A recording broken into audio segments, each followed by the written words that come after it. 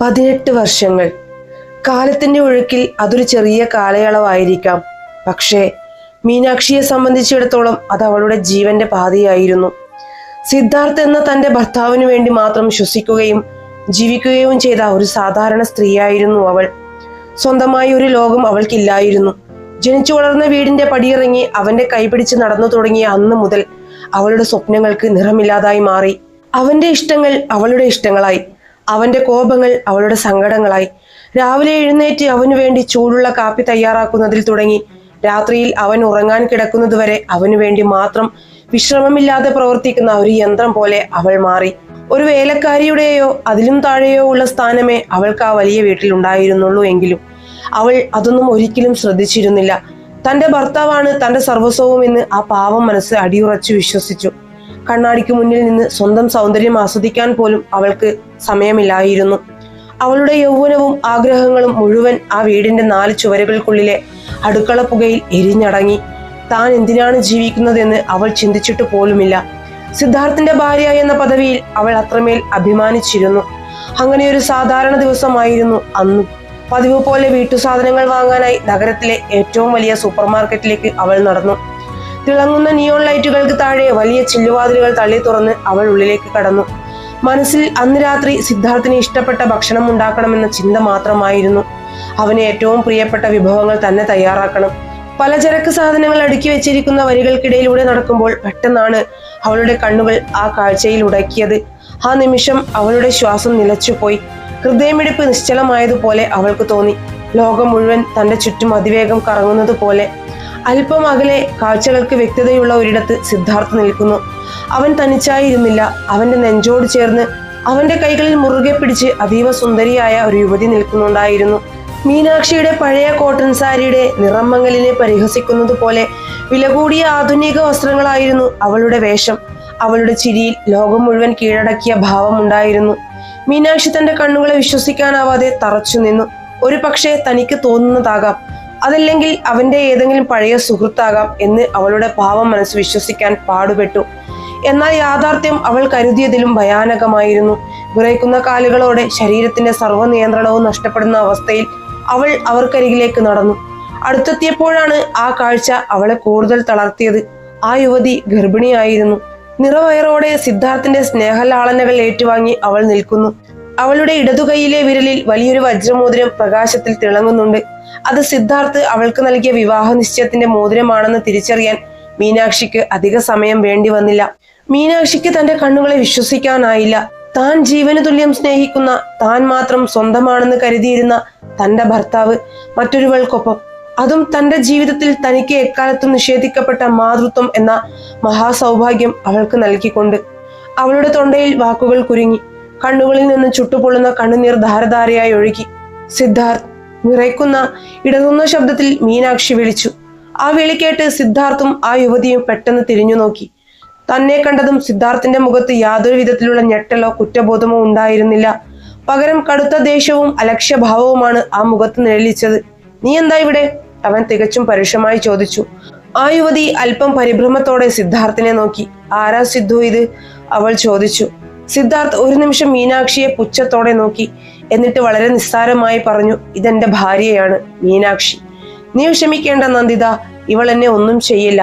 നന്ദിത എന്ന ആ യുവതി മീനാക്ഷിയെ ഒരുതരം പുച്ഛത്തോടെ അടിമുടി നോക്കി. മീനാക്ഷിയുടെ ഹൃദയം നുറുങ്ങുകയായിരുന്നു. താൻ ഇത്രയും കാലം ദൈവത്തെ പോലെ സ്നേഹിച്ച പുരുഷനാണോ ഈ മുന്നിൽ നിൽക്കുന്നത്? നിങ്ങൾ എന്താണ് ഈ ചെയ്യുന്നത്? ആരാണ് ഈ സ്ത്രീ? മീനാക്ഷിയുടെ ശബ്ദം വലിയൊരു പൊട്ടിക്കരച്ചിലായി മാറി. എന്നാൽ സിദ്ധാർത്ഥിന്റെ മുഖത്ത് യാതൊരു ഭാവമാറ്റവും ഉണ്ടായിരുന്നില്ല. അവന്റെ കണ്ണുകളിൽ അവളോടുള്ള വെറുപ്പ് മാത്രമേ ഉണ്ടായിരുന്നുള്ളൂ. അവൻ ശബ്ദമുയർത്തി പറഞ്ഞു, നീ കാണുന്നില്ലേ, ഇവൾ നന്ദിത, എന്റെ ഭാവി വധു. അവൾ എന്റെ കുഞ്ഞിനെ പ്രസവിക്കാൻ പോകുന്നു. നിന്നെപ്പോലെ യാതൊരു ആകർഷണവും ഇല്ലാത്ത മരവിച്ച ഒരു സ്ത്രീയോടൊപ്പം ഇനിയും ജീവിക്കാൻ എനിക്ക് കഴിയില്ല. എനിക്ക് എന്റേതായ സന്തോഷങ്ങൾ വേണം. ആ വാക്കുകൾ മീനാക്ഷിയുടെ നെഞ്ചിൽ ആഴത്തിൽ തറയ്ക്കുന്ന കൂർത്ത അമ്പുകൾ പോലെയായിരുന്നു. 18 വർഷത്തെ തന്റെ രാപ്പകലില്ലാത്ത ത്യാഗങ്ങൾക്ക് അവൻ നൽകിയ വില ഇതാണോ? തനിക്ക് കുഞ്ഞുങ്ങളില്ലാത്തത് തന്റെ മാത്രം കുറ്റമായിരുന്നില്ലല്ലോ. എന്നിട്ടും അവൻ തന്നെ കുറ്റപ്പെടുത്തുന്നു. ആ വജ്രമോതിരത്തിന്റെ തിളക്കം മീനാക്ഷിയുടെ കണ്ണുകളെ അന്ധമാക്കി. തനിക്ക് ഒരു ചെറിയ സ്വർണ്ണമോതിരം പോലും വാങ്ങിത്തരാൻ അവൻ ഒരിക്കലും തയ്യാറായിരുന്നില്ല. അവൾ നിയന്ത്രണം വിട്ട് കരയാൻ തുടങ്ങി. എന്നെ എന്തിനാണ് നിങ്ങൾ ഇങ്ങനെ വഞ്ചിച്ചത്? ഞാൻ നിങ്ങളോട് എന്ത് തെറ്റാണ് ചെയ്തത്? അവൾ ചോദിച്ചു. എന്നാൽ സിദ്ധാർത്ഥ് കൂടുതൽ ക്രൂരനാവുകയാണ് ചെയ്തത്. ചുറ്റും നിൽക്കുന്ന ആളുകൾ അവരെ ശ്രദ്ധിക്കാൻ തുടങ്ങിയിരുന്നു. അതവനെ കൂടുതൽ അലോസരപ്പെടുത്തി. നിർത്തടി നിന്റെ ഈ നാടകം, അവൻ അലറി. നീ ഇവിടെ കിടന്ന് കരഞ്ഞ് ആളുകളുടെ മുന്നിൽ സീൻ ഉണ്ടാക്കാതെ വേഗം വീട്ടിൽ പോയി എനിക്ക് കഴിക്കാൻ വല്ലതും ഉണ്ടാക്കി വെക്ക്. എനിക്ക് വിശക്കുന്നുണ്ട്. ഈ പ്രശ്നങ്ങളൊന്നും എന്റെ വിശപ്പ് മാറ്റില്ല. ഞാൻ വരുമ്പോഴേക്കും ചൂടുള്ള ഭക്ഷണം മേശപ്പുറത്ത് ഉണ്ടായിരിക്കണം, മനസ്സിലായോ? ആജ്ഞാസ്വരത്തിലുള്ള അവന്റെ വാക്കുകൾ കേട്ട് മീനാക്ഷി തരിച്ചു നിന്നുപോയി.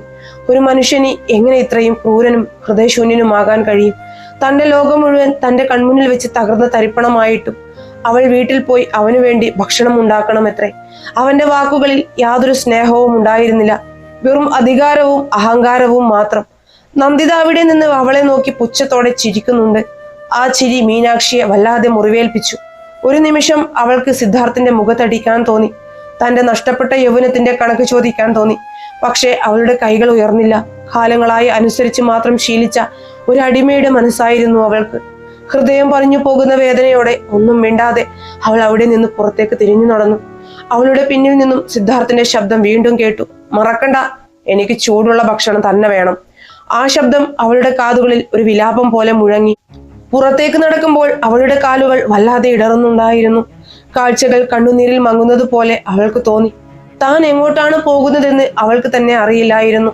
സൂപ്പർ മാർക്കറ്റിന്റെ പുറത്തെത്തിയപ്പോൾ തണുത്ത കാറ്റ് അവളുടെ മുഖത്തടിച്ചു. ആകാശം ഇരുളാൻ തുടങ്ങിയിരുന്നു. നഗരത്തിലെ തിരക്കുകൾക്കൊന്നും യാതൊരു മാറ്റവും ഉണ്ടായിരുന്നില്ല. വാഹനങ്ങൾ ചീറിപ്പായുന്നു. മനുഷ്യർ അവരുടെ തിരക്കുകളിലേക്ക് തിടുക്കത്തിൽ നടന്നു നീങ്ങുന്നു.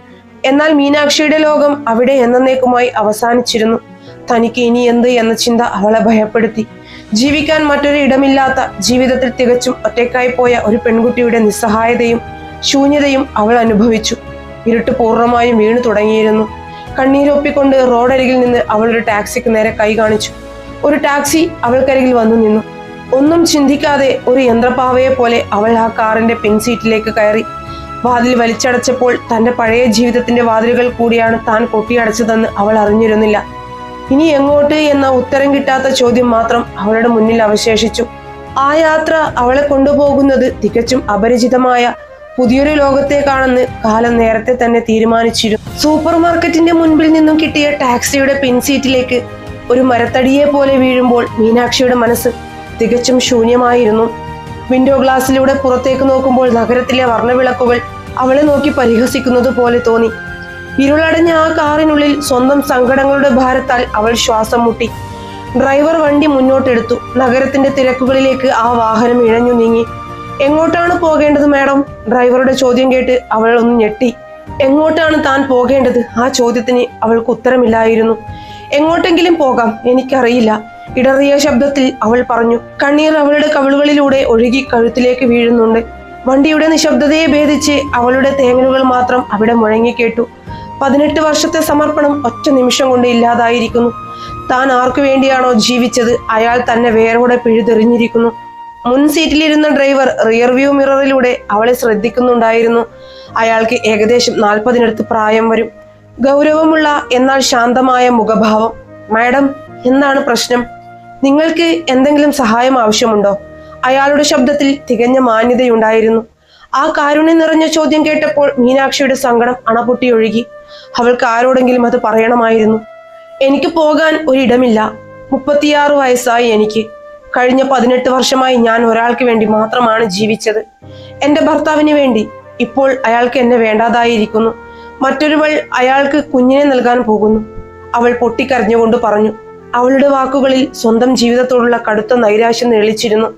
ഞാനൊരു വെറും നിഴൽ മാത്രമായിരുന്നു, ഭർത്താവിന് പിന്നിൽ മാത്രം നടക്കാൻ വിധിക്കപ്പെട്ടവൾ. ഇനിയിപ്പോൾ ഞാൻ എന്ത് ചെയ്യും? എന്റെ ജീവിതം ഇവിടെ അവസാനിച്ചു. ഡ്രൈവർ ഒന്ന് നെടുവീർപ്പെട്ടു. റോഡിലേക്ക് നോക്കി വണ്ടി ഓടിക്കുന്നതിനിടയിൽ അയാൾ വളരെ ശാന്തമായി പറഞ്ഞു. മാഡം, നിങ്ങൾ പറയുന്നത് തീർത്തും അസംബന്ധമാണ്. ഒരു പുരുഷന്റെയും വെറും ഒരു നിഴലല്ല ഒരു സ്ത്രീയും. നിങ്ങൾക്ക് നിങ്ങളുടേതായ വ്യക്തിത്വമുണ്ട്. നിങ്ങളുടെ ജീവിതം അവസാനിച്ചിട്ടില്ല. നിങ്ങൾ വളരെ സുന്ദരിയായ ഒരു സ്ത്രീയാണ്. നിങ്ങൾ ഒരിക്കലും തനിച്ചാകില്ല. അയാളുടെ ആ വാക്കുകൾ മീനാക്ഷിക്ക് ഉൾക്കൊള്ളാൻ കഴിഞ്ഞില്ല. ഇല്ല, എന്നെ ഇനി ആർക്കും വേണ്ട. എനിക്ക് ആരുമില്ല. എനിക്ക് തിരികെ ആ വീട്ടിലേക്ക് തന്നെ പോകണം. പോയി അയാൾക്ക് ഭക്ഷണം ഉണ്ടാക്കി കൊടുക്കണം. അല്ലാതെ എനിക്ക് വേറെ വഴിയില്ല, അവൾ സ്വയം ശപിച്ചുകൊണ്ട് പറഞ്ഞു. സമൂഹത്തെക്കുറിച്ചുള്ള ഭയവും താൻ ഒറ്റപ്പെടുമെന്ന തോന്നലും അവൾ വല്ലാതെ ഗ്രസിച്ചിരുന്നു. ആരുടെയൊക്കെയോ മുന്നിൽ താൻ അപഹാസ്യയാകുമെന്ന ചിന്ത അവളെ തളർത്തി. ഡ്രൈവർ പിന്നീട് ഒന്നും പറഞ്ഞില്ല. കാറിനുള്ളിൽ വീണ്ടും കനത്ത നിശബ്ദത തളം കെട്ടി നിന്നു. യാത്ര തുടർന്നുകൊണ്ടിരുന്നു. മീനാക്ഷി തന്റെ സങ്കടങ്ങളിൽ മുഴുകി കണ്ണുകൾ അടച്ചു കിടന്നു. അവളുടെ മനസ്സിൽ സിദ്ധാർത്ഥിന്റെയും നന്ദിതയുടെയും മുഖങ്ങൾ മാറി മാറി വരുന്നുണ്ടായിരുന്നു. ആ വജ്രമോതിരത്തിന്റെ തിളക്കം കണ്ണുകളിൽ ഒരു നീറ്റലായി അവശേഷിച്ചു. കുറച്ചു കഴിഞ്ഞപ്പോൾ കാറിന്റെ വേഗത കുറഞ്ഞതുപോലെ അവൾക്ക് തോന്നി. തണുത്ത കാറ്റ് കാറിനുള്ളിലേക്ക് വീശിയടിച്ചു. കണ്ണുകൾ തുറന്ന് പുറത്തേക്ക് നോക്കി അവൾ പെട്ടെന്ന് പരിഭ്രാന്തയായി. നഗരത്തിലെ വെളിച്ചവും ബഹളങ്ങളും എങ്ങോട്ടോ മാഞ്ഞു പോയിരിക്കുന്നു. വലിയ കെട്ടിടങ്ങൾക്ക് പകരം ഇരുവശത്തും തിങ്ങി നിറഞ്ഞ വലിയ മരങ്ങൾ മാത്രം. നിലാവെളിച്ചം മരച്ചിലകൾക്കിടയിലൂടെ താഴേക്ക് വീഴുന്നുണ്ട്. കാർ ഒരു കാട്ടുപാതയിലൂടെയാണ് സഞ്ചരിക്കുന്നത്. അവൾ വേഗത്തിൽ തന്റെ മൊബൈൽ ഫോൺ എടുത്തു നോക്കി. സിഗ്നൽ പൂർണ്ണമായും നഷ്ടപ്പെട്ടിരിക്കുന്നു. പുറം ലോകവുമായുള്ള സകല ബന്ധങ്ങളും അറ്റുപോയതുപോലെ. മീനാക്ഷിയുടെ ഉള്ളിൽ ഭയം ഒരു തണുത്ത പാമ്പായി ഇഴഞ്ഞു കയറി. നമ്മൾ എവിടെയാണ്? എങ്ങോട്ടാണ് ഈ വണ്ടി പോകുന്നത്? അവളുടെ ശബ്ദം ഭയം കൊണ്ട് വിറയ്ക്കുന്നുണ്ടായിരുന്നു. ഡ്രൈവർ ഒന്നും മിണ്ടിയില്ല. അയാളുടെ നിശബ്ദത അവളെ കൂടുതൽ ഭയപ്പെടുത്തി. അയാൾ എന്തിനാണ് തന്നെ ഈ വിജനമായ കാട്ടിലേക്ക് കൊണ്ടുവരുന്നത്? പത്രങ്ങളിൽ വായിച്ച ഭയാനകമായ വാർത്തകൾ അവളുടെ ഓർമ്മയിലേക്ക് ഇരച്ചു കയറി. താൻ ഒറ്റപ്പെട്ടിരിക്കുന്നു, അതും ഒട്ടും പരിചയമില്ലാത്ത ഒരു അപരിചിതനോടൊപ്പം, കൊടും കാട്ടിൽ. അവളുടെ ഹൃദയമിടിപ്പ് കൂടി വന്നു. ശ്വാസം തൊണ്ടയിൽ കുരുങ്ങുന്നത് പോലെ അവൾക്ക് അനുഭവപ്പെട്ടു. വണ്ടിയുടെ വാതിൽ തുറന്ന് പുറത്തേക്ക് ചാടാൻ അവൾ ഒരു നിമിഷം ആലോചിച്ചു. പക്ഷെ ചുറ്റും കൂരിരുട്ടാണ്. വന്യമൃഗങ്ങളുള്ള കാടാകാനും സാധ്യതയുണ്ട്. രക്ഷപ്പെടാൻ യാതൊരു വഴിയുമില്ലാതെ വരാനിരിക്കുന്ന വലിയൊരു ദുരന്തത്തെ പ്രതീക്ഷിച്ച് അവൾ സീറ്റിലേക്ക് ചുരുണ്ടുകൂടി കണ്ണുകൾ ഇറുക്കി അടച്ചു. താൻ ആരുടെയോ വലിയൊരു ചതിക്കുഴിയിൽ വീണിരിക്കുന്നു എന്ന് അവൾക്ക് ഉറപ്പായി. പെട്ടെന്ന് ഒരു വലിയ മരത്തിന് ചുവട്ടിലായി കാട് അവസാനിക്കുന്ന ഒരു ചെറിയ തുറസായ പ്രദേശത്ത് കാർ നിന്നു. ചുറ്റും കനത്ത ഇരുട്ടും മരങ്ങളുടെ ഇലയനക്കങ്ങളും ചീവീടുകളുടെ വന്യമായ ശബ്ദങ്ങളും മാത്രം. എഞ്ചിൻ ഓഫ് ചെയ്ത ശേഷം ഡ്രൈവർ സീറ്റ് ബെൽറ്റ് ഊരി താഴെ ഇറങ്ങി. മീനാക്ഷി ശ്വാസമടക്കി പിടിച്ച് അനങ്ങാതെ ഇരുന്നു. അവളുടെ ഹൃദയം വാരിയലുകൾ തകർത്ത് പുറത്തു വരുമെന്ന് അവൾ ഭയന്നു. അയാൾ നടന്ന് അവളുടെ ഭാഗത്തെ വാതിൽ തുറന്നു. ഇരുട്ടിൽ അയാളുടെ മുഖം വ്യക്തമായി കാണാൻ കഴിയുന്നില്ലായിരുന്നു. എന്നിട്ട് തികച്ചും ശാന്തമായി എന്നാൽ ഗൗരവത്തോടെ അയാൾ പറഞ്ഞു, പുറത്തേക്ക് ഇറങ്ങൂ, ഞാൻ ഒരു കാര്യം കാണിച്ചു തരാം, എന്റെ കൂടെ വരൂ. ആ വാക്കുകൾ കേട്ടതും അവളുടെ ജീവൻ പകുതിയും പോയതുപോലെയായി. ഈ വിജനമായ കാട്ടിൽ താൻ എന്താണ് ചെയ്യേണ്ടത്? ഇയാളുടെ യഥാർത്ഥ ഉദ്ദേശ്യം എന്താണ്? രക്ഷപ്പെടാൻ നിലവിളിച്ചാൽ പോലും ആരും കേൾക്കാൻ പോകുന്നില്ല. വിറയ്ക്കുന്ന കാലുകളോടെ ഭയാനകമായ ആ ഇരുട്ടിലേക്ക് അവൾ കാൽകുത്തി. ഇനി എന്ത് സംഭവിക്കുമെന്നറിയാതെ മരണത്തെ മുഖാമുഖം കണ്ടുകൊണ്ട് ആ അപരിചിതന് പിന്നാലെ അവൾ നടക്കാൻ തുടങ്ങി. മരച്ചില്ലകൾക്കിടയിലൂടെ അരിച്ചിറങ്ങുന്ന നേരിയ നിലാവെളിച്ചം മാത്രമാണ് ആ കൊടും കാട്ടിൽ ഉണ്ടായിരുന്നത്. കാറിന് പുറത്തേക്ക് കാലെടുത്തു വെക്കുമ്പോൾ മീനാക്ഷിയുടെ ശരീരം ഭയം കൊണ്ട് വിറയ്ക്കുന്നുണ്ട്. ഉണങ്ങിയ കരിയിലകളിൽ ചവിട്ടുമ്പോൾ ഉണ്ടാകുന്ന ശബ്ദം പോലും ആ നിശബ്ദതയിൽ ഒരു വലിയ പൊട്ടിത്തെറി പോലെ അവൾക്ക് തോന്നി. ഡ്രൈവർ മുൻപേ നടക്കുകയാണ്. അയാൾ എങ്ങോട്ടാണ് പോകുന്നതെന്നോ തന്നോട് എന്തു ചെയ്യാൻ പോകുകയാണെന്നോ അവൾക്കറിയില്ലായിരുന്നു. കാറ്റിന്റെ ഓരോ മൂളലും എന്തോ വലിയ അപകടത്തിന്റെ മുന്നറിയിപ്പായി അവളുടെ കാതുകളിൽ മുഴങ്ങി. എങ്കിലും വേറെ വഴിയില്ലാത്തത് കൊണ്ട് അവൾ അയാൾക്ക് പിന്നാലെ നടന്നു. കുറച്ചു ദൂരം ചെന്നപ്പോൾ അയാൾ പെട്ടെന്ന് നിന്നു. ഇരുട്ടിൽ അയാളുടെ നിഴൽ ഒരു വലിയ രാക്ഷസനെ പോലെ അവൾക്ക് തോന്നി. ഭയം സഹിക്കാനാവാതെ അവൾ പുറകോട്ട് മാറി. അവളുടെ വിറയ്ക്കുന്ന കൈകൾ തന്റെ വിരലിലെ ചെറിയ സ്വർണ്ണമോതിരത്തിലേക്ക് പോയി. ജീവൻ രക്ഷിക്കാൻ ഇനി എന്ത് ചെയ്യണമെന്ന് അവൾക്കറിയില്ലായിരുന്നു. എന്നെ ഒന്നും ചെയ്യരുത്, ഇടറിയ ശബ്ദത്തിൽ അവൾ പറഞ്ഞു തുടങ്ങി. എന്റെ കയ്യിൽ ഈ ഒരു മോതിരം മാത്രമേയുള്ളൂ. ഇത് സ്വർണമാണ്. എന്റെ ഭർത്താവിന്റെ കാമുകിയുടെ കയ്യിലുള്ള വലിയ വജ്രമോതിരത്തോളം വില വരില്ലെങ്കിലും നിങ്ങൾക്ക് ഇതിന് അത്യാവശ്യം പണം കിട്ടും. എന്റെ ഭർത്താവ് വലിയ പണക്കാരനാണ്. നിങ്ങൾക്ക് വേണ്ട പണം മുഴുവൻ അയാൾ തരും. എന്നെ ഉപദ്രവിക്കരുത്, ദയവായി എന്നെ വിട്ടയക്കൂ. ഒരുതരം നിസ്സഹായതയോടെ അവൾ കൈകൾ കൂപ്പി കരയാൻ തുടങ്ങി. ഇത് കേട്ട് ആ ഡ്രൈവർ പെട്ടെന്ന് തിരിഞ്ഞു നിന്നു. അയാളുടെ മുഖത്ത് അതിശയവും ഒപ്പം ചെറിയൊരു ചിരിയും ഉണ്ടായിരുന്നു. നിങ്ങൾക്ക് എന്ത് പറ്റി മാഡം? എനിക്ക് നിങ്ങളുടെ പണമൊന്നും വേണ്ട, അയാൾ തികച്ചും ശാന്തമായി പറഞ്ഞു. ഇവിടെ വല്ലാത്ത തണുപ്പുണ്ട്. തണുപ്പകറ്റാൻ തീ കൂട്ടാനായി കുറച്ച് വിറക് പെറുക്കാൻ വന്നതാണ് ഞാൻ. നിങ്ങളെ കാറിൽ തനിച്ചാക്കി പോരാൻ കഴിയാത്തത് കൊണ്ടാണ് കൂടെ വിളിച്ചത്. അയാളുടെ ആ വാക്കുകൾ കേട്ടപ്പോൾ മീനാക്ഷിക്ക് അല്പം ആശ്വാസം തോന്നിയെങ്കിലും പൂർണ്ണമായും ഭയം മാറിയിരുന്നില്ല. പിന്നെ എന്തിനാണ് എന്നെ ഈ കാട്ടിലേക്ക് കൊണ്ടുവന്നത്? അവൾ ചോദിച്ചു. അയാൾ ഒന്നും മിണ്ടാതെ വീണ്ടും മുന്നോട്ട് നടന്നു. കുറച്ചുകൂടി ഉള്ളിലേക്ക് ചെന്നപ്പോൾ ഭീമാകാരനായ ഒരു പഴയ മരത്തിന്റെ ചുവട്ടിൽ അയാൾ നിന്നു. നൂറുകണക്കിന് വർഷങ്ങൾ പഴക്കമുള്ള ആകാശം മുട്ടെ വളർന്നു നിൽക്കുന്ന വലിയൊരു മരം. അതിന്റെ വേരുകൾ ഭൂമിയിലേക്ക് ആഴ്ന്നിറങ്ങിയിട്ടുണ്ടായിരുന്നു. വരൂ, ഇവിടെ നിൽക്കൂ, അയാൾ മരച്ചുവട്ടിലേക്ക് വിരൽ ചൂണ്ടിക്കൊണ്ടു പറഞ്ഞു. മീനാക്ഷി സംശയത്തോടെ അയാളെ നോക്കി. എന്തിനാണ് എന്നെ ഈ മരം കാണിക്കുന്നത്? ഇതിൽ എന്താ ഇത്ര പ്രത്യേകത? അവൾക്ക് ദേഷ്യവും ഭയവും ഒരുമിച്ച് വന്നു. അയാൾ മരത്തിന്റെ തായ്തടിയിൽ പതുക്കെ തലോടിക്കൊണ്ട് പറഞ്ഞു, ഇതൊരു സാധാരണ മരമല്ല.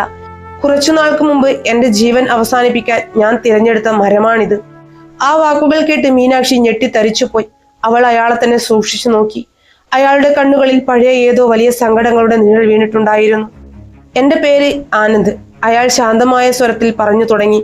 നിങ്ങളെപ്പോലെ തന്നെ വലിയൊരു വഞ്ചനയുടെ ഇരയാണ് ഞാൻ. 15 വർഷക്കാലം ഞാൻ എന്റെ ഭാര്യയെ ജീവന് തുല്യം സ്നേഹിച്ചു. അവളായിരുന്നു എന്റെ ലോകം. അവൾക്ക് വേണ്ടി മാത്രമാണ് ഞാൻ അധ്വാനിച്ചതും ജീവിച്ചതും. എന്നാൽ ഒരു ദിവസം എന്റെ തന്നെ ബോസിനൊപ്പം അവൾ എന്നെ വഞ്ചിക്കുന്നത് ഞാൻ നേരിട്ട് കണ്ടു, എന്റെ സ്വന്തം കിടപ്പുമുറിയിൽ വെച്ച്. അന്ന് എന്റെ ലോകം അവിടെ അവസാനിച്ചു.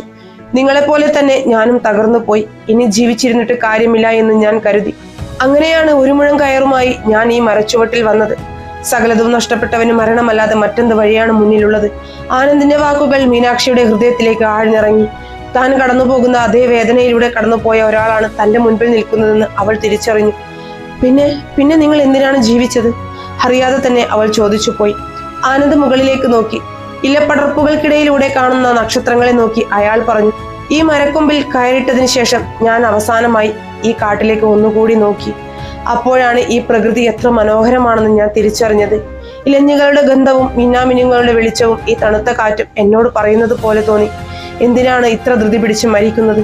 ഒരൊറ്റ മനുഷ്യൻ ചതിച്ചതുകൊണ്ട് ഈ ലോകം മുഴുവൻ അവസാനിക്കുന്നില്ലല്ലോ എന്ന്. ഒരാൾക്ക് നമ്മളെ വേണ്ടാത്തത് കൊണ്ട് നമ്മുടെ ജീവന് വിലയില്ലാതാകുന്നില്ല മാഡം.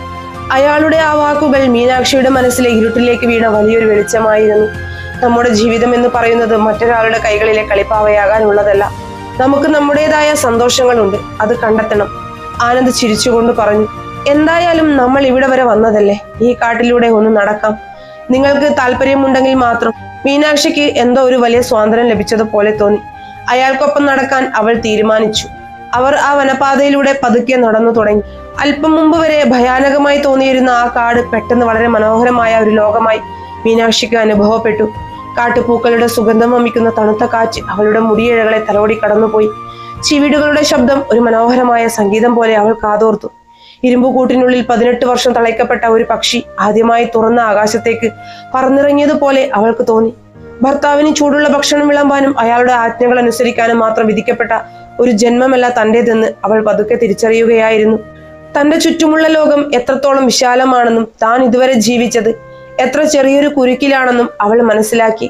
ആ അപരിചിതനായ മനുഷ്യൻ ഒരൊറ്റ രാത്രി കൊണ്ട് അവളുടെ ചിന്തകളെയും ജീവിതത്തെയും പൂർണ്ണമായും മാറ്റിമറിക്കുകയായിരുന്നു. കാടിന്റെ നിഗൂഢതകൾക്കിടയിലൂടെയുള്ള ആ നടത്തം മീനാക്ഷിയിൽ അപൂർവമായ ഒരു ഉണർവ് സൃഷ്ടിച്ചിരുന്നു. ഓരോ കാൽവയ്പിലും തന്റെ ഭൂതകാലത്തിന്റെ ഭാരങ്ങൾ ഊർന്നു വീഴുന്നത് പോലെ അവൾക്ക് അനുഭവപ്പെട്ടു. നിലാവെളിച്ചത്തിൽ വെള്ളിനൂല് പോലെ ഒഴുകുന്ന ഒരു ചെറിയ കാട്ടുചോലയ്ക്കരികിൽ അവർ നിന്നു. വെള്ളത്തിന്റെ കളകളാരവവും കാറ്റിന്റെ മൃദുവായ മൂളലും അവളുടെ മനസ്സിന് പറഞ്ഞറിയിക്കാനാവാത്ത ശാന്തത നൽകി. 18 വർഷത്തെ അടിമത്തത്തിൽ നിന്നും മോചിക്കപ്പെട്ട ഒരു പക്ഷിയെ പോലെ അവൾക്ക് തോന്നി. അപ്പോഴാണ് അവൾ തന്റെ ചുറ്റുപാടുകളെ ശരിക്കും ശ്രദ്ധിക്കാൻ തുടങ്ങിയത്. ഇരുട്ടിൽ നൃത്തം ചെയ്യുന്ന മിന്നാമിനുങ്ങുകൾ, മരച്ചില്ലകളിൽ വന്നിരിക്കുന്ന രാപ്പാടികൾ, കാട്ടുപൂക്കളുടെ നേർത്ത സുഗന്ധം വമിക്കുന്ന കുളിർക്കാറ്റ്, ഇതെല്ലാം അവളുടെ ഹൃദയത്തിലെ മുറിവുകളിൽ ഒരു ഔഷധം പോലെ പെയ്തിറങ്ങി. കാലങ്ങളായി തനിക്ക് നഷ്ടപ്പെട്ടത് എന്തൊക്കെയാണെന്ന് അവൾ പതുക്കെ തിരിച്ചറിയുകയായിരുന്നു. ചോലയ്ക്കരികിലെ വലിയൊരു പാറപ്പുറത്ത് അവർ ഇരുന്നു. കാടിന്റെ വന്യമായ സൗന്ദര്യം ആസ്വദിക്കുന്ന മീനാക്ഷിയെ ആനന്ദ് കൗതുകത്തോടെ നോക്കി. അവന്റെ ചുണ്ടുകളിൽ നേരിയൊരു പുഞ്ചിരി ഉണ്ടായിരുന്നു. നിങ്ങളെ പോലെയുള്ള വലിയ വീടുകളിലെ സ്ത്രീകൾക്ക് വില കൂടിയ ക്രിസ്റ്റൽ ഗ്ലാസുകളിൽ വീഞ്ഞു കുടിക്കാനായിരിക്കും കൂടുതൽ ഇഷ്ടം. ഇവിടെ എന്റെ ലോകത്ത് നിങ്ങൾക്ക് നൽകാൻ ഈ കാട്ടിലെ തണുത്ത ഉറവ വെള്ളം മാത്രമേയുള്ളൂ, ആനന്ദ് അല്പം തമാശ രൂപേണ പറഞ്ഞു. അയാളുടെ വാക്കുകൾ കേട്ട് മീനാക്ഷിക്ക് ഒരു കൈപ്പേറിയ ചിരിയാണ് വന്നത്. അവളുടെ കണ്ണുകളിൽ സങ്കടത്തിന് പകരം പുതിയൊരു തിരിച്ചറിവിന്റെ വെളിച്ചമുണ്ടായിരുന്നു. വില കൂടിയ ഗ്ലാസുകളോ, വലിയ വീടോ, അതൊന്നും ഒരിക്കലും എന്റേതായിരുന്നില്ല ആനന്ദ്, മീനാക്ഷി ശാന്തമായ സ്വരത്തിൽ പറഞ്ഞു തുടങ്ങി. പുറമേ കാണുന്ന ആ വലിയ വീടിന്റെ സൗകര്യങ്ങൾക്കൊന്നും എന്നെ സന്തോഷിപ്പിക്കാൻ കഴിഞ്ഞിരുന്നില്ല. കാരണം ആ വീട്ടിലെ വെറും ഒരു വേലക്കാരി മാത്രമായിരുന്നു ഞാൻ. സ്നേഹമില്ലാത്ത ഒരു യജമാനന് വേണ്ടി രാപ്പകൽ എരിഞ്ഞടങ്ങുന്ന ഒരു അടുപ്പിലെ തീക്കൊള്ളി. എന്റെ ഭർത്താവിന് എല്ലാ രാത്രിയിലും ഞാൻ സ്വന്തം കൈകൊണ്ടുണ്ടാക്കിയ ചൂടുള്ള ഭക്ഷണം മേശപ്പുറത്ത് വെക്കും. അതിനപ്പുറം എന്നെ ഒരു മനുഷ്യ സ്ത്രീയായി, സ്വന്തമായി സ്വപ്നങ്ങളും ആഗ്രഹങ്ങളുമുള്ള ഒരാളായി അയാൾ ഒരിക്കലും കണ്ടിട്ടില്ല. ഞാനൊരു സ്ത്രീയാണെന്ന് പോലും അയാൾ മറന്നുപോയിരുന്നു. മീനാക്ഷിയുടെ ശബ്ദം നേരിയ തോതിൽ ഇടറി. അവൾ ആനന്ദിന്റെ മുഖത്തേക്ക് നോക്കി. കഴിഞ്ഞ 18 വർഷത്തിനിടയിൽ എന്നെ ഒരു മനുഷ്യനായി കണ്ടത്, എനിക്ക് സ്വന്തമായി ഒരു വ്യക്തിത്വമുണ്ടെന്ന് എന്നെ ഓർമ്മിപ്പിച്ചത് നിങ്ങൾ മാത്രമാണ് ആനന്ദ്. ഈ കാട്ടിലൂടെയുള്ള നടത്തം, ഈ നിമിഷങ്ങൾ, എന്റെ ജീവിതത്തിൽ ഞാൻ ഇത്രത്തോളം ജീവിച്ചിട്ടുള്ള ഒരു നിമിഷം ഇതിനു മുമ്പ് ഉണ്ടായിട്ടില്ല. എനിക്കിപ്പോൾ ശരിക്കും ഒരു സ്ത്രീ എന്ന തോന്നൽ ഉണ്ടാകുന്നു. ഭക്ഷണം പാകം ചെയ്യുന്ന ഒരു യന്ത്രമല്ല ഞാൻ എന്ന് എനിക്ക് മനസ്സിലാകുന്നു. അവളുടെ വാക്കുകളിൽ ആത്മാർത്ഥതയുടെയും നന്ദിയുടെയും ആഴമുണ്ടായിരുന്നു. ആനന്ദ് അവളെ തന്നെ നോക്കിയിരിക്കുകയായിരുന്നു. ആ നോട്ടത്തിൽ സഹതാപമായിരുന്നില്ല, മറിച്ച് വലിയൊരു ബഹുമാനവും അനുഭാവവുമാണ് ഉണ്ടായിരുന്നത്. നിങ്ങൾ അനുഭവിക്കുന്ന ഈ സന്തോഷവും സ്വാതന്ത്ര്യവും അത് നിങ്ങളുടെ അവകാശമാണ് മീനാക്ഷി. ആർക്കു വേണ്ടിയും അത് നശിപ്പിച്ചു കളയാനുള്ളതല്ല, ആനന്ദ് പറഞ്ഞു. കുറച്ചുനേരം അവർക്കിടയിൽ മൗനം തളം കെട്ടി നിന്നു. ആ മൗനത്തിന് പോലും 1000 അർത്ഥങ്ങൾ ഉണ്ടായിരുന്നു. പെട്ടെന്ന് ആ നിശബ്ദതയെ ഭേദിച്ചുകൊണ്ട് ആനന്ദ് പറഞ്ഞു, ഞാൻ നാളെ ഈ നാട് വിടുകയാണ്. ആ വാർത്ത മീനാക്ഷിയുടെ ഉള്ളിൽ പെട്ടെന്നൊരു വലിയ ശൂന്യത സൃഷ്ടിച്ചു. ഇത്ര പെട്ടെന്ന് താൻ വീണ്ടും തനിച്ചാകുകയാണോ? തനിക്ക് സ്വാതന്ത്ര്യം നൽകിയ ഈ ഏക മനുഷ്യനും തന്നെ വിട്ടു പോകുകയാണോ? അവളുടെ മുഖത്തെ മ്ലാനത പെട്ടെന്ന് മാറുന്നത് ആനന്ദ് ശ്രദ്ധിച്ചു. എങ്ങോട്ട്? അവൾ ആശങ്കയോട് ചോദിച്ചു. വളരെ ദൂരേക്ക്, ബ്രസീലിലേക്ക്, ആനന്ദ് മറുപടി നൽകി.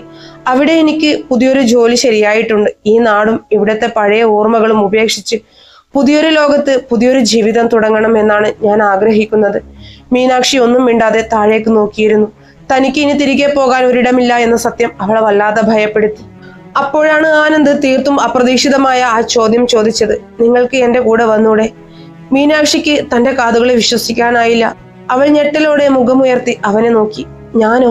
നിങ്ങളുടെ കൂടെയോ? അവൾ അത്ഭുതത്തോടെ ചോദിച്ചു. അതെ, എന്തുകൊണ്ട് വന്നുകൂടാ? ആനന്ദ് വളരെ ശാന്തമായി ചോദിച്ചു. നിങ്ങൾ ഇപ്പോൾ പൂർണ്ണമായും സ്വതന്ത്രയല്ലേ? ഈ ഒരു രാത്രി കൊണ്ട്, ഈ കുറച്ചു നിമിഷങ്ങൾ കൊണ്ട് നിങ്ങൾക്ക് ഇത്രയും സന്തോഷിക്കാൻ കഴിയുന്നുണ്ടെങ്കിൽ എന്തുകൊണ്ട് നിങ്ങളുടെ ബാക്കി ജീവിതം മുഴുവൻ ഇങ്ങനെ സന്തോഷത്തോടെ ജീവിച്ചുകൂടാ? ഒരു ദിവസത്തെ സന്തോഷം കൊണ്ട് മാത്രം നിങ്ങൾ എന്തിനാണ് തൃപ്തിപ്പെടുന്നത്? അതോ ഇനിയും ആ പഴയ നരകത്തിലേക്ക് തിരിച്ചുപോയി ആ അഹങ്കാരിയായ ഭർത്താവിന് ചൂടുള്ള ഭക്ഷണം വിളമ്പാൻ വെറുമൊരു വേലക്കാരിയായി ജീവിക്കാനാണോ നിങ്ങളുടെ തീരുമാനം? ആ ചോദ്യങ്ങൾ മീനാക്ഷിയുടെ ഹൃദയത്തിൽ വലിയൊരു കൊടുങ്കാറ്റുണ്ടാക്കി. അവളുടെ മനസ്സിലേക്ക് സിദ്ധാർത്ഥന്റെ ക്രൂരവും ഉച്ചം നിറഞ്ഞതുമായ മുഖം കടന്നു വന്നു. സൂപ്പർ മാർക്കറ്റിൽ വെച്ച് നന്ദിതയുടെ മുന്നിൽ വെച്ച് തന്നെ അപമാനിച്ചത് ഓർമ്മ വന്നു. എനിക്ക് വിശക്കുന്നു, പോയി ചൂടുള്ള ഭക്ഷണം ഉണ്ടാക്കിയെന്ന അവന്റെ ആജ്ഞാസ്വരം അവളുടെ കാതുകളിൽ ഒരു വെടിയച്ച പോലെ വീണ്ടും മുഴങ്ങി. അതെ, ഞാൻ ഇനി അങ്ങോട്ടേക്ക് മടങ്ങിപ്പോകാൻ പാടില്ല. ആ പഴയ മീനാക്ഷി അവിടെ വെച്ച് തന്നെ മരിച്ചുപോയി. തന്റെ മുൻപിൽ പുതിയൊരു ലോകത്തിന്റെ വാതിലുകളാണ് ഇപ്പോൾ ഈ അപരിചിതൻ തുറന്നിട്ടിരിക്കുന്നത്. സ്നേഹവും ബഹുമാനവും സ്വാതന്ത്ര്യവുമുള്ള ഒരു പുതിയ ലോകം. അവിടെ ഭയമില്ല, കണ്ണുനീരില്ല. ആനന്ദിന്റെ കണ്ണുകളിലെ സത്യസന്ധത അവൾക്ക് വ്യക്തമായി കാണാമായിരുന്നു. താൻ ഇനി എന്ത് തീരുമാനമെടുക്കും? ഇരുട്ടിന്റെ മറവിൽ ഒരു പുതിയ പ്രഭാതം തനിക്കായി ഒളിച്ചിരിപ്പുണ്ടെന്ന് അവൾക്ക് തോന്നി. പതുക്കെ അവളുടെ ചുണ്ടുകളിൽ ഒരു ചെറു പുഞ്ചിരി വിടർന്നു. ആ അന്ത്യയാമങ്ങളിൽ കാടിന്റെ നിശബ്ദതയ്ക്ക് വിട പറയുമ്പോൾ മീനാക്ഷിയുടെ ഉള്ളിൽ പുതിയൊരു പ്രഭാതം ഉദിച്ചുയർന്നിരുന്നു. ഭയത്തിന്റെയും സങ്കടത്തിന്റെയും കരിമേഘങ്ങൾ പൂർണ്ണമായും പെയ്തൊഴിഞ്ഞിരിക്കുന്നു. അവളുടെ കണ്ണുകളിൽ ഇപ്പോൾ കണ്ണുനീരിന്റെ നനവില്ല, പകരം പുതിയൊരു ജീവിതത്തിലേക്കുള്ള തിളക്കം മാത്രമായിരുന്നു ഉണ്ടായിരുന്നത്. ആനന്ദിനൊപ്പം തിരികെ നഗരത്തിലേക്ക് യാത്ര ചെയ്യുമ്പോൾ അവൾ തന്റെ ഭൂതകാലത്തെ ആ കാട്ടിലെ കരിയിലകൾക്കിടയിൽ എന്നേക്കുമായി ഉപേക്ഷിച്ചിരുന്നു. എന്നാൽ പുതിയൊരു യാത്ര തുടങ്ങുന്നതിന് മുമ്പ് അവൾക്ക് ഒരിടം വരെ പോകണമായിരുന്നു. 18 വർഷം തന്റെ യൗവനം ഹോമിച്ച ആ വലിയ ഇരുട്ടറയിലേക്ക്. തന്റെ ഭർത്താവായ സിദ്ധാർത്ഥിന് നൽകേണ്ട ചില ഉത്തരങ്ങൾ അവിടെ ബാക്കിയുണ്ടായിരുന്നു. നേരം പുലർന്നു തുടങ്ങിയിട്ടേ ഉണ്ടായിരുന്നുള്ളൂ. ആ വലിയ വീടിന്റെ ഇരുമ്പ് ഗേറ്റുകൾ തുറന്ന് അവൾ അകത്തേക്ക് കടന്നു. ഒരു കാലത്ത് ഈ വീടിന്റെ പടി കടക്കുമ്പോൾ ഒരുതരം അടിമത്തത്തിന്റെ ഭാരം അവളെ അലട്ടിയിരുന്നു. എന്നാൽ ഇന്ന് കൂട് പൊട്ടിച്ച് പുറത്തു വന്ന ഒരു പക്ഷിയുടെ ലാഘവത്തോടെയാണ് അവൾ ആ പടവുകൾ കയറിയത്. വാതിൽ തുറന്ന് അവൾ സ്വീകരണ മുറിയിലേക്ക് കടന്നു. സിദ്ധാർത്ഥ് അവിടെ സോഫയിൽ ഇരിപ്പുണ്ടായിരുന്നു. രാത്രി മുഴുവൻ ഉറങ്ങാതെയുള്ള ഇരിപ്പായിരുന്നിരിക്കണം. അവന്റെ മുഖത്ത് കടുത്ത ദേഷ്യവും അസ്വസ്ഥതയും ഉണ്ടായിരുന്നു. മീനാക്ഷിയെ കണ്ടതും അവന്റെ ചുണ്ടുകളിൽ പരിഹാസം നിറഞ്ഞ ഒരു പുഞ്ചിരി വിടർന്നു. അവൾ തിരികെ വരുമെന്നും തന്റെ കാൽക്കൽ വീണ് മാപ്പിരക്കുമെന്നും ആ അഹങ്കാരിയായ പുരുഷൻ പൂർണ്ണമായും വിശ്വസിച്ചിരുന്നു. ആഹാ, അപ്പോൾ നിന്റെ നാടകങ്ങളൊക്കെ കഴിഞ്ഞോ? സിദ്ധാർത്ഥ് പുച്ഛത്തോടെ ചോദിച്ചു. രാത്രി മുഴുവൻ പുറത്തുപോയി കിടന്നു കരഞ്ഞപ്പോൾ നിനക്ക് സമാധാനമായി കാണുമല്ലോ. എനിക്കറിയാമായിരുന്നു ഈ ലോകത്ത് നിനക്ക് വേറെ എവിടെയും പോകാനില്ലെന്ന്. എനിക്കും എന്റെ സന്തോഷങ്ങളുണ്ട്. എന്റെ ഇഷ്ടങ്ങൾക്കനുസരിച്ച് ജീവിക്കാനാണ് എനിക്കിഷ്ടം. അതിൽ നീ ഒരു തടസ്സമാകാൻ പാടില്ല. നിനക്ക് നിന്റെ ഈ വീട്ടിൽ തന്നെ കഴിയാം, എന്നെയും നന്ദിതയെയും ഒരു ശല്യവും ചെയ്യാതെ. പിന്നെ എനിക്ക് വിശക്കുന്നുണ്ട്. നീ വേഗം പോയി എനിക്ക് കഴിക്കാൻ ചൂടുള്ള എന്തെങ്കിലും ഉണ്ടാക്കിത്താ. അധികാരവും അഹങ്കാരവും കലർന്ന അവന്റെ ആ ശബ്ദം ആ വലിയ മുറിയിൽ മുഴങ്ങി. മുമ്പ് ഈ ശബ്ദം കേൾക്കുമ്പോൾ ഭയം കൊണ്ട് വിറച്ചിരുന്ന ഒരു മീനാക്ഷി ഉണ്ടായിരുന്നു. എന്നാൽ ഇപ്പോൾ ആ വാക്കുകൾ കേട്ട് അവൾക്ക് വല്ലാത്തൊരു സഹതാപമാണ് തോന്നിയത്. സ്വന്തം തെറ്റുകൾ മനസ്സിലാക്കാൻ കഴിയാത്തത്ര അന്ധനായ ഒരു മനുഷ്യൻ. മീനാക്ഷിയുടെ ചുണ്ടുകളിൽ പെട്ടെന്ന് മനോഹരമായ ഒരു പുഞ്ചിരി വിടർന്നു. 18 വർഷത്തിനിടയിൽ ആദ്യമായിട്ടായിരുന്നു സിദ്ധാർത്ഥ് അവളുടെ മുഖത്ത് ഇത്രയും ആത്മവിശ്വാസം നിറഞ്ഞ ഒരു ചിരി കാണുന്നത്. അവനൊന്ന് പകച്ചു. നിങ്ങൾ എന്താണ് സിദ്ധാർത്ഥ് കരുതിയത്? നിങ്ങളില്ലാതെ എനിക്ക് ഈ ഭൂമിയിൽ ജീവിക്കാൻ കഴിയില്ലെന്നോ? മീനാക്ഷി തികച്ചും ശാന്തമായ എന്നാൽ ഉറച്ച സ്വരത്തിൽ ചോദിച്ചു. ഇത്രയും കാലം ഞാൻ ജീവിച്ചത് നിങ്ങൾക്ക് വേണ്ടിയായിരുന്നു. എന്റെ സ്വപ്നങ്ങളെല്ലാം ഈ അടുക്കള പുകയിൽ ഞാൻ തന്നെ എരിച്ചു കളഞ്ഞു. നിങ്ങളുടെ പാദസേവ ചെയ്ത് നിങ്ങളുടെ ആജ്ഞകൾ അനുസരിച്ച് ഒരു നിഴലായി ജീവിക്കുന്നതാണ് എന്റെ ജന്മസാഫല്യമെന്ന് ഞാൻ വിശ്വസിച്ചു. എന്നാൽ ഇന്നലെ രാത്രി ഞാൻ തിരിച്ചറിഞ്ഞു, ഞാൻ ജീവിക്കാൻ മറന്നുപോയ ഒരു മനുഷ്യ സ്ത്രീയാണെന്ന്. എനിക്കും എന്റേതായ സന്തോഷങ്ങളും അവകാശങ്ങളും ഉണ്ടെന്ന്. സിദ്ധാർത്ഥ് അമ്പരപ്പോടെ അവളെ നോക്കി. അവന് തന്റെ കാതുകളെ വിശ്വസിക്കാനായില്ല. മീനാക്ഷി തുടർന്നു, നിങ്ങൾ പറഞ്ഞത് ശരിയാണ്. ഒരാൾക്ക് ഒരൊറ്റ ജീവിതമേയുള്ളൂ. അത് സ്വന്തം സന്തോഷത്തിന് വേണ്ടി ജീവിക്കാനുള്ളതാണ്. ഇതുവരെ ഞാൻ ജീവിച്ചത് നിങ്ങളുടെ സന്തോഷത്തിന് വേണ്ടിയാണ്. ഇനി മുതൽ എന്റെ ജീവിതം ഞാൻ ജീവിക്കാൻ പോകുന്നത് എനിക്ക് വേണ്ടിയാണ്. എന്നെ ഒരു മനുഷ്യനായി കാണുന്ന, എന്നെ ബഹുമാനിക്കാൻ അറിയുന്ന ഒരാൾക്കൊപ്പം. പിന്നെ നിങ്ങൾക്കൊരു കാര്യം അറിയാമോ? ഇന്നലെ രാത്രി മുഴുവൻ ഞാൻ ചിലവഴിച്ചത് എനിക്ക് യാതൊരു മുൻപരിചയവുമില്ലാത്ത ഒരു ടാക്സി ഡ്രൈവർക്കൊപ്പമായിരുന്നു. അയാളാണ് എനിക്ക് എന്റെ ജീവിതം എന്താണെന്ന് കാണിച്ചു തന്നത്. ആ വാക്കുകൾ സിദ്ധാർത്ഥിന്റെ അഹങ്കാരത്തിന് അവന്റെ നെഞ്ചിലേറ്റ ഒരു വലിയ പ്രഹരമായിരുന്നു. അവന്റെ പുരുഷാധിപത്യത്തിന്റെ മുഖംമൂടി അവിടെ വെച്ച് തകർന്നു വീണു. എന്താണ് നീ പറഞ്ഞത്? അവൻ അലറിക്കൊണ്ട് എഴുന്നേറ്റു. എന്നാൽ മീനാക്ഷി അതൊന്നും ശ്രദ്ധിക്കാൻ നിന്നില്ല. അവൾ തന്റെ കഴുത്തിൽ കിടന്നിരുന്ന താലിമാല പതുക്കെ ഊരിയെടുത്ത് ആ മേശപ്പുറത്തേക്ക് വെച്ചു. നിങ്ങളുടെ ചൂടുള്ള ഭക്ഷണം ഇനി നിങ്ങൾ തന്നെ ഉണ്ടാക്കി കഴിച്ചോളൂ. ഞാൻ പോകുന്നു എന്നേക്കുമായി. സിദ്ധാർത്ഥ് ദേഷ്യം കൊണ്ട് വിറയ്ക്കുന്നുണ്ടായിരുന്നു. ഇവിടെ നിൽക്കടി, എങ്ങോട്ടാണ് നീ പോകുന്നത്? അവൻ പിന്നിൽ നിന്നും അലറിക്കൊണ്ടിരുന്നു. എന്നാൽ മീനാക്ഷി ഒരിക്കൽ പോലും തിരിഞ്ഞു നോക്കിയില്ല.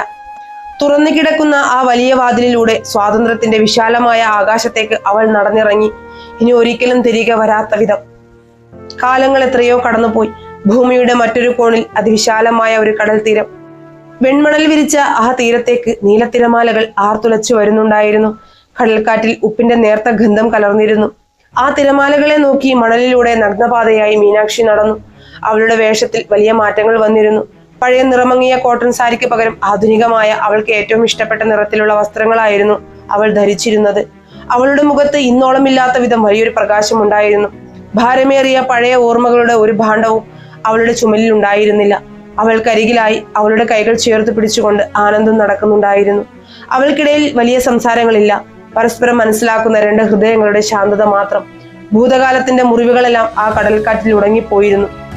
ആകാശത്ത് അസ്തമയ സൂര്യൻ ചുവപ്പും സ്വർണവും കലർന്ന വർണ്ണങ്ങൾ വാരി വിതറി. ആ പ്രകാശത്തിലേക്ക് നോക്കി പുതിയൊരു ജീവിതത്തിന്റെ അനന്തമായ സാധ്യതകളിലേക്ക് അവർ ഒരുമിച്ച് നടന്നു നീങ്ങി.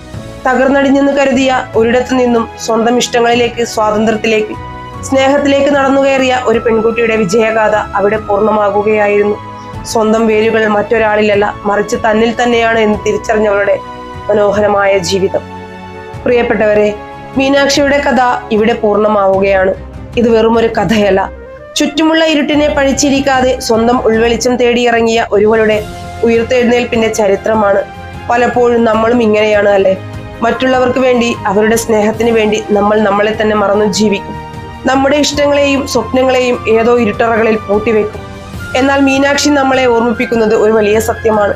നിങ്ങളുടെ സന്തോഷം മറ്റാരുടെയും ഔദാര്യമല്ല, അത് നിങ്ങളുടെ ജന്മാവകാശമാണ്. സകലതും നഷ്ടപ്പെട്ടുവെന്ന് കരുതി തകർന്നിരിക്കുന്ന ആ നിമിഷത്തിലാകും ജീവിതം അതിനേക്കാൾ മനോഹരമായ മറ്റൊരു വഴി നിങ്ങൾക്ക് മുന്നിൽ തുറന്നിടുന്നത്. ഓർക്കുക, വേരുകൾ അറ്റുപോകുമ്പോഴല്ല ജീവിതം അവസാനിക്കുന്നത്. പുതിയൊരു മണ്ണിൽ തളിർക്കാൻ നാം മറക്കുമ്പോഴാണ്. നിങ്ങളുടെ മൂല്യം നിശ്ചയിക്കേണ്ടത് നിങ്ങളാണ്, മറ്റാരുമല്ല. മീനാക്ഷിയുടെ ഈ അതിജീവന യാത്ര നിങ്ങളുടെ ഹൃദയത്തെ സ്പർശിച്ചുവെങ്കിൽ, തകർന്നടിഞ്ഞവർക്ക് പറന്നുയരാൻ ഈ കഥ ഒരു പ്രചോദനമായി എന്ന് നിങ്ങൾക്ക് തോന്നുന്നുവെങ്കിൽ, ഈ വീഡിയോയ്ക്ക് ഒരു ലൈക്ക് നൽകാൻ മറക്കരുത്. നിങ്ങളുടെ ഓരോ ലൈക്കും ഇത്തരം അർത്ഥവത്തായ കഥകൾ ഇനിയും നിങ്ങളിലേക്ക് എത്തിക്കാനുള്ള എൻ്റെ ഊർജമാണ്. ഈ കഥ നിങ്ങളെ എന്താണ് പഠിപ്പിച്ചത്? ജീവിതത്തിൽ എപ്പോഴെങ്കിലും മീനാക്ഷിയെ പോലെ സമാനമായ അനുഭവങ്ങളിലൂടെയോ തിരിച്ചറിവുകളിലൂടെയോ നിങ്ങൾ കടന്നു പോയിട്ടുണ്ടോ? നിങ്ങളുടെ ചിന്തകളും അനുഭവങ്ങളും താഴെ കമന്റ് ബോക്സിൽ ഞങ്ങളുമായി പങ്കുവെക്കുക. നിങ്ങളുടെ ഓരോ വാക്കുകൾക്കും വേണ്ടി ഞാൻ കാത്തിരിക്കുന്നു. ജീവിതത്തിന്റെ പല നിറങ്ങളുള്ള, ഹൃദയത്തെ തൊട്ടുണർത്തുന്ന ഇത്തരം നിരവധി കഥകൾ ഇനിയും നിങ്ങളെ തേടിയെത്തും. ആ യാത്രയിൽ എന്നോടൊപ്പം ചേരാൻ ഈ ചാനൽ ഇപ്പോൾ തന്നെ സബ്സ്ക്രൈബ് ചെയ്യുക. ഒപ്പം ആ ബെല്ലൈക്കൺ കൂടി അമർത്താൻ മറക്കരുത്. വീഡിയോയ്ക്ക് ഹൈപ്പും കൂടെ നൽകി നിങ്ങൾ സപ്പോർട്ട് ചെയ്യുക. സ്നേഹത്തോടെ നിങ്ങളുടെ സ്വന്തം കിസലയം. മറ്റൊരു മനോഹരമായ കഥയുമായി നമുക്ക് വീണ്ടും കാണാം. അതുവരെ സ്വപ്നം കാണാൻ മറക്കാതിരിക്കുക. നിങ്ങൾക്ക് വേണ്ടി ജീവിക്കാൻ ഒരു ആകാശമുണ്ടെന്ന് ഓർക്കുക. നന്ദി.